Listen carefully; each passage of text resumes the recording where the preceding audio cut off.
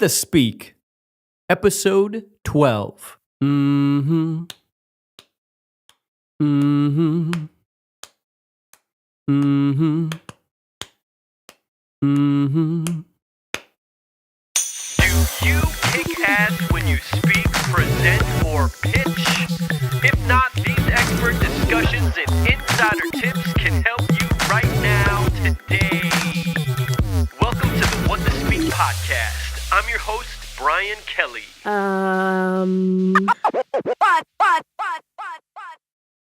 My guest today is Mitch Joel, a leading author, blogger, and speaker on topics of digital marketing and blogging.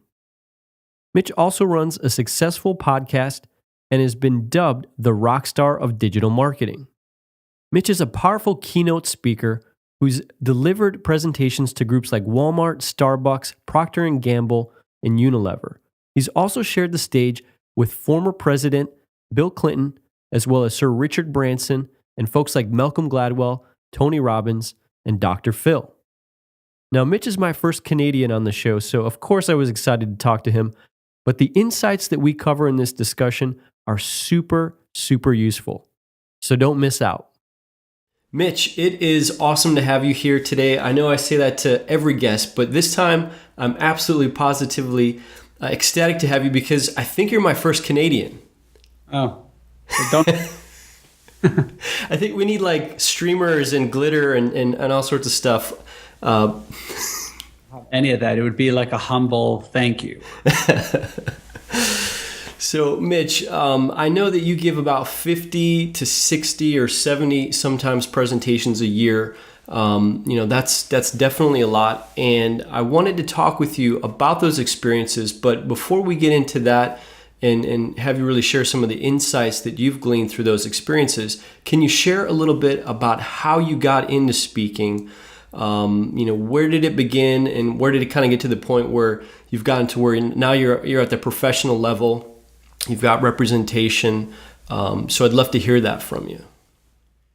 So you got to go back to about, I'm going to say 2002. This agency that I run, it's a digital marketing agency called Twist Image. It was founded in 2000 by two of my four business partners. And in 2002, I joined them. And my real role was business development. I sort of looked around and thought, I don't want to cold call. I don't want to do it. In fact, I didn't really think that I had some foundational sales skills. So I was looking around at courses and stuff, and I'd come across this full-day event all about sales. And it was a full-day lineup with 5 or 6 speakers. Some of them I'd sort of been following because I was reading about the space and stuff. So I thought, I'll go. And the only way to buy a ticket is you actually have to call and speak to a sales rep. So I wound up calling and speaking to a person at this event organizing company. I live in Montreal. I drove to Toronto. It's about 6 hours. And again, back then I really didn't have much. So I drove back and forth in the same day just to go to this full day event. So imagine like you're driving to get there for like a 9 a.m. thing, sitting the whole day watching 5 or 6 speakers and then getting in the car and driving back 6 hours. I mean, I guess I was younger and crazier then. But I wound up meeting the person who sold me my ticket and we became quite friendly. I was introduced to the owners of the organization. I guess they took a liking to me and they said, if you're ever in Toronto, you need a place to sort of crash in terms of office space during the day, feel free to, come in and speak to us. So I thought it was really cool then. So sure enough, as my business grew at Twist Image, I wound up going to Toronto quite often. I wound up just sort of bunking in one of their offices when I needed to, sniff some Wi-Fi or whatever.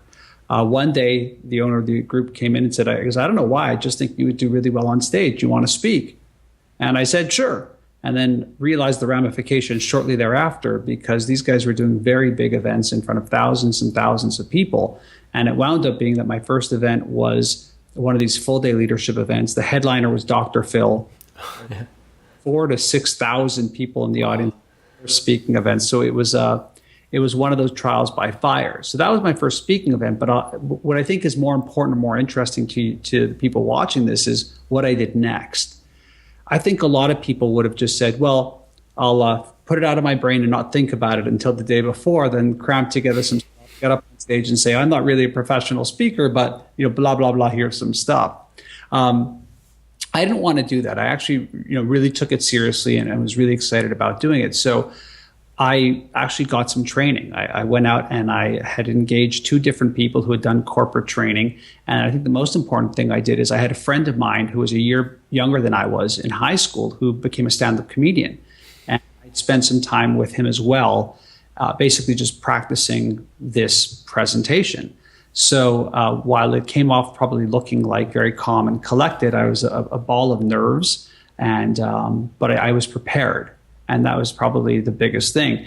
The other important part of the story is, and I only sort of picked this up many years later, is that if I go back, I did a lot of training in close quarter combatives, which is a fancy way to say martial arts.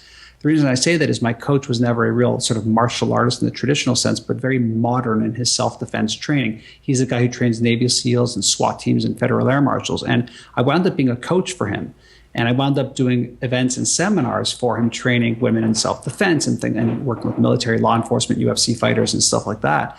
And it took me a couple years after that to realize, oh yeah, a lot of my presentation skills happened because I was training people in those sessions too. So you sort of go back and realize a whole bunch of stuff, like I was a magician as a kid and stuff like that. And it sort of all makes sense when you look at it that way. Yeah, well, that is pretty interesting. And I think I remember you writing about this story when you were at the event with Dr. Phil, to where you were about ready to go on stage. There was like 15 minutes or so, and you were freaking out.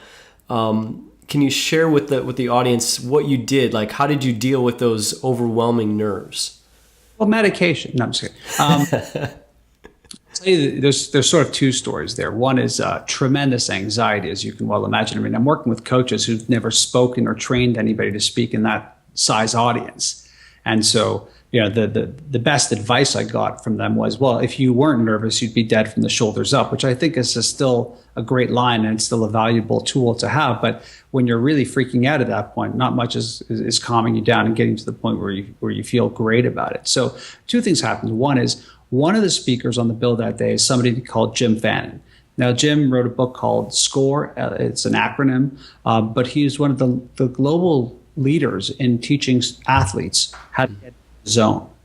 And it was the morning of the event, and I was literally, when we talk about bricks, you know what I mean, right? Mm-hmm. And I walk out of the elevator and I see him there. I'm like, oh, Jim Fannin, like, world-renowned. How are you? He's like, great. How are you? I said, oh, I'm Mitch. I'm speaking on the bill. He's like, oh yeah, I recognize you from all the advertising and stuff. I said, great. He goes, how are you doing? I said, I'm terrified. Can you help me? And it was amazing. He to this day, he's become a close friend. He like sort of pulled me to the side. He'd just come from working out. He's all sweaty and stuff. And he was like, like he literally went into like almost like a meditation type of training of how to sort of get me focusing on the energy. So that was very powerful, but still really nervous. And so you're sort of going back and forth. You're wandering around. You're waiting for your time to go up there. And as your nerves build, it ain't helping that you're going on third or fourth. I just remember looking at the stage. Chuck Martin was speaking before me, who's a legendary management guy, and it said I think it said 14 minutes on his time left on the screen that you can only see when you're standing on stage. And I remember looking at the timer on stage and looking at the exit sign at the door, and I was like, which one's it going to be? Like, choose your own adventure at that moment in time. But, obviously I was there for a reason, and I sort of, I didn't let the nerves get the best of me, but, really candidly, the nerves were getting the best of me.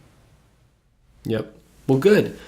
So I think you've got some interesting perspectives on different aspects of speaking, and I'd love to kind of dive into a couple of those things with you. So the first is, I know that you've talked about that there's two reasons why you believe we shouldn't give out our slide decks after a presentation. Can you talk about those two things and really the reason behind why you think that? I don't remember what the two were, but I can tell you why. Sure. Well, I got them right here. The first is you have too much content. That's the first reason. Or the second reason is that people will misinterpret what you meant. Yeah. So here's some of my thinking on giving out slides. One is that if all of the content is in the slides, you didn't do your job. That's called not a presentation. It's called a document. Yeah. So I just don't believe that slides should have any real content other than supporting the things that are coming out of your mouth. I recommend for people, instead of giving out slides, to have notes. Give people speaking notes. This was sort of the train of what I went through. This was the slide. This was the piece of data. Here's the supporting article. Here's why I think that way. That's one. Two is I feel that when you have slides that have a ton of that content on it, mostly bullet points and things like that, people aren't listening to you or watching you. They're reading your slides, or their heads down in the handouts, looking at those and taking notes. I think people learn best when they hear stories and then they can write notes on that. I don't think it's really valid or valuable to have a presentation that's full of bullet points and you're just sort of like adding notes on top of the bullet points. Again, that's not a presentation. That's everybody at a tabletop talking about a document. It's like, it would almost be like me sending you a 500-word blog post and saying, read it to you. I'm going to send you a printout of it and you take notes on it. It's just completely. A presentation, I think, really is about two things. One, it's about educating, but it's about educating with entertainment. It has to be entertaining for people to learn. The only reason for anybody to sit in a room with another person who's standing at the head speaking is because they're going to show me or educate me and entertain me. If it's just the education, more often than not, you can really just do it by sending a document. Yep. So I want to talk more about this idea of speaking notes.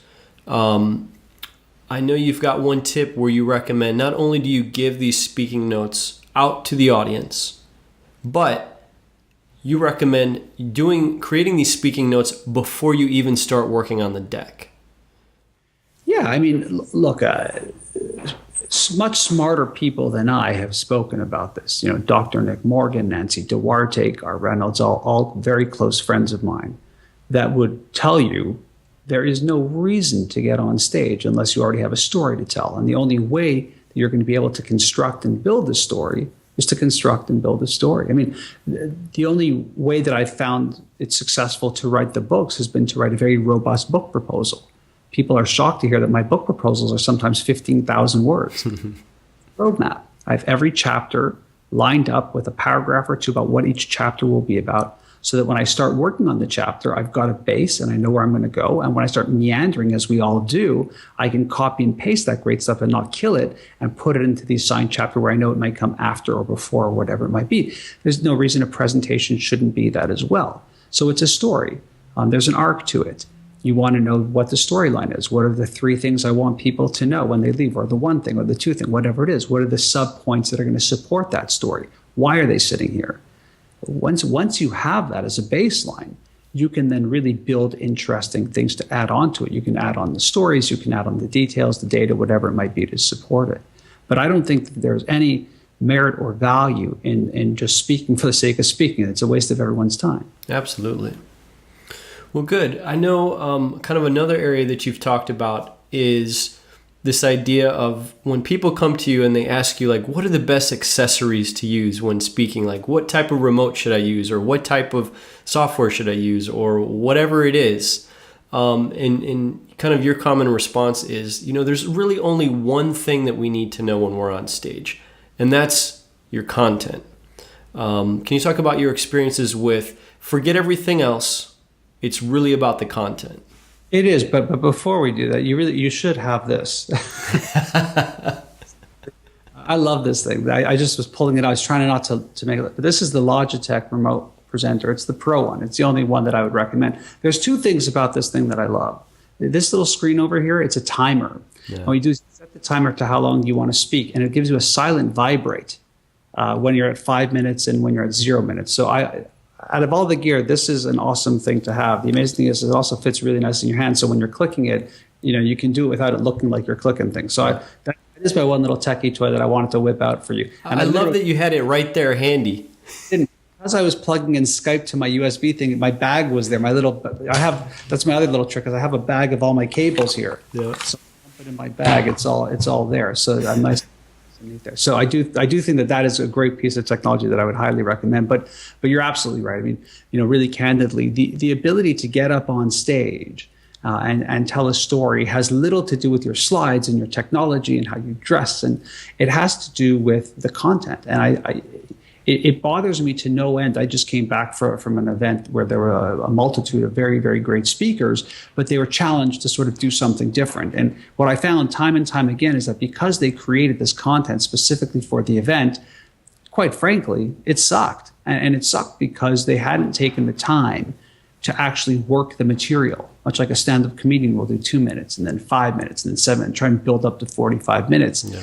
Sort of something that I sort of regret about public speaking and presenting is that people present because something's due at the moment. And so the story I give is you get a call for speakers to speak at your national convention. And so you submit the abstract and then you build a presentation and then you're ready to go and you plug in your computer and you present it. It's like, really? That's the audition. Why would you show anybody the audition? Yep. The real story is that you should build the story, know your content, figure out what works, do some lunch and learns in the office, do all this stuff so that when you get up on stage at that convention, you have a real story to tell and you're comfortable and you understand your content.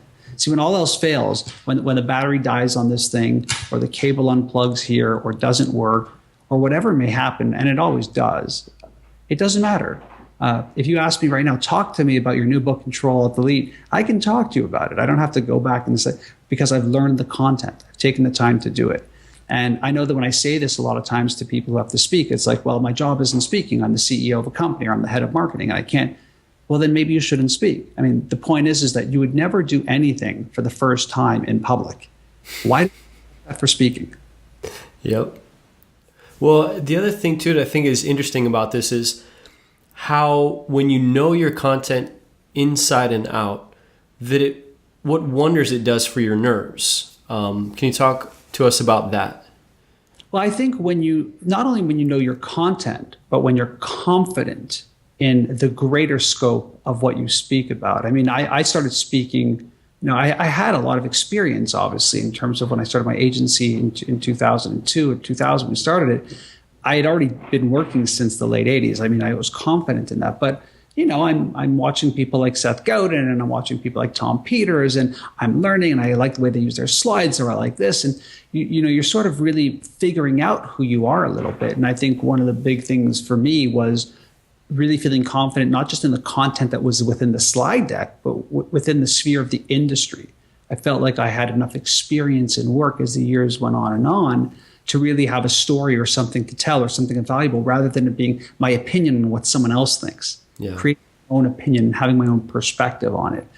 It's something that I definitely wanted to have before I published my first book in 2009. And obviously it was something that I really wanted to make sure when I did my second book too, that it really is a unique perspective to me at least, and it's based off of experience and understanding. And again, it goes back to the whole Malcolm Gladwell outliers, 10,000 hours. It goes back to all of that stuff where it takes a lot of time for everybody in general to feel comfortable. But when you see someone up on stage and they're calm and they're collected and they're speaking very intelligently, trust me, that's not the first time they're thinking that idea. Yeah. It's a well-tuned, well-oiled machine that they're doing and they're able to do because they have confidence, not just in the material or the content, but in the world that they sort of live in. Yep. Excellent. Well, the other thing I wanted to ask you about with your observations over the years that you've been speaking, and not only kind of your in-the-moment experiences that you've had up on stage, but being in front of other fantastic professional speakers, some of the things that you've picked up on. I know that you had written about this before, and I can kind of walk through some of these, but I want to get your opinion on ways to elevate your speaking. And that you learned it's really about the little nuances that help elevate you from a good speaker to an excellent speaker. So a couple of them that you had was, for example, limiting the technology and using like a clip-on mic. Yeah. Can you share your thoughts behind those two things? Mics are awkward things. They're either fixed somewhere, so you don't know if you're getting in too close or too far away. My mic is below the camera, so you can't see it, but it's right here. So it's fixed. It's really hard. When you're holding a mic, unless you're a rock star and you're really getting in there, we tend to drop them really low, like down here. And it's like that gap of air is really hard to sometimes fulfill. When it's clipped on you and it's really central here, it sort of frees you up. The other thing it does is it also opens up your hands where you can actually emote and move better because it's not awkward because you're trying to figure out like what's the right thing here. All of these things, whether physical mics that mine's down here or holding, those also act as terrible barriers when you're trying to communicate a message because it blocks your heart from your audience's hearts. It's going to cause a distraction. We may not intuitively know it as human beings, but it's positively 100% there. So for me, the whole idea is you want to limit the technology in that perspective. I like limiting the technology. I know people who stand at the podium and do the whole thing on their pushing. So that's why I love, I'll pimp my Logitech presenter again. I love this thing because it's a screen. It's in my hand. I can move around with it. My hands are free to move, especially when I have a clip-on mic. It allows me to move. But then it's also understanding how to make this stuff work. So for me, the big thing with the remote is you see this a lot where people are presenting and they're like pointing to the screen and doing this. First of all, the computer is never at the screen. The computer is always somewhere else. I don't know why you would ever point at the screen, not with well, the story, but all of these things are you're almost breaking the fourth wall. And it ties into one of my other points, which is we tend to break the fourth wall a lot. I only have a couple minutes left, or on this next slide, you're going to see, or all of these things are not sort of human ways when we speak to each other. We're not like, I'm about to put my hand out and shake your hand right now. Like, you sort of just intuitively speak to people. And I think it is those little nuanced things from the technology, because all of it feeds into the general performance. And again, it goes back to the sort of entertainment part of it, is people who sit in the audience do want to be entertained. I don't care if it's a boardroom. I don't care if you're pitching yourself for a promotion in front of HR. Not that they want to be entertained, but they want to know that the people who are in front of them really understand what it means to communicate. And what this sort of bigger macro thing is about, it's about having better communication skills. So some of the other things people will do is they'll do the ums and ahs. Now, I used to and ah a lot. It was a normal sort of human thing to do. But I was also a music journalist. So I would record all my interviews with all these famous people, and then I'd have to go back and transcribe them. And as I'm transcribing them, I'm like, I hear me going, yeah, and I was like, oh, it was mortifying, because when you first hear that, you're like, oh, terrible. Now, it took me several years to do that, and I probably still stutter and stammer a little bit now, but it's significantly less, because in my brain, I'm saying, don't and ah.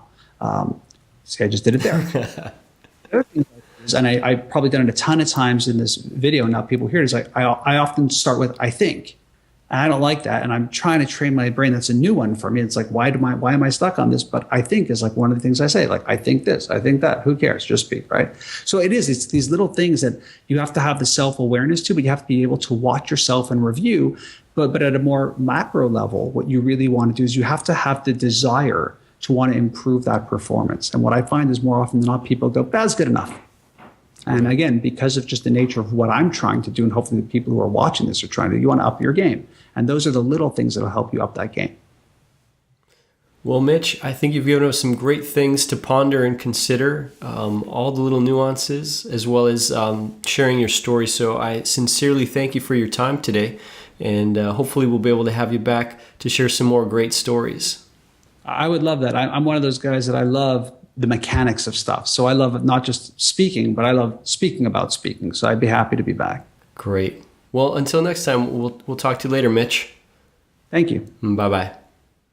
If you liked what today's guest had to share in our discussion, you may want to grab an audio copy of their latest book for free by going to WTSaudiobook.com.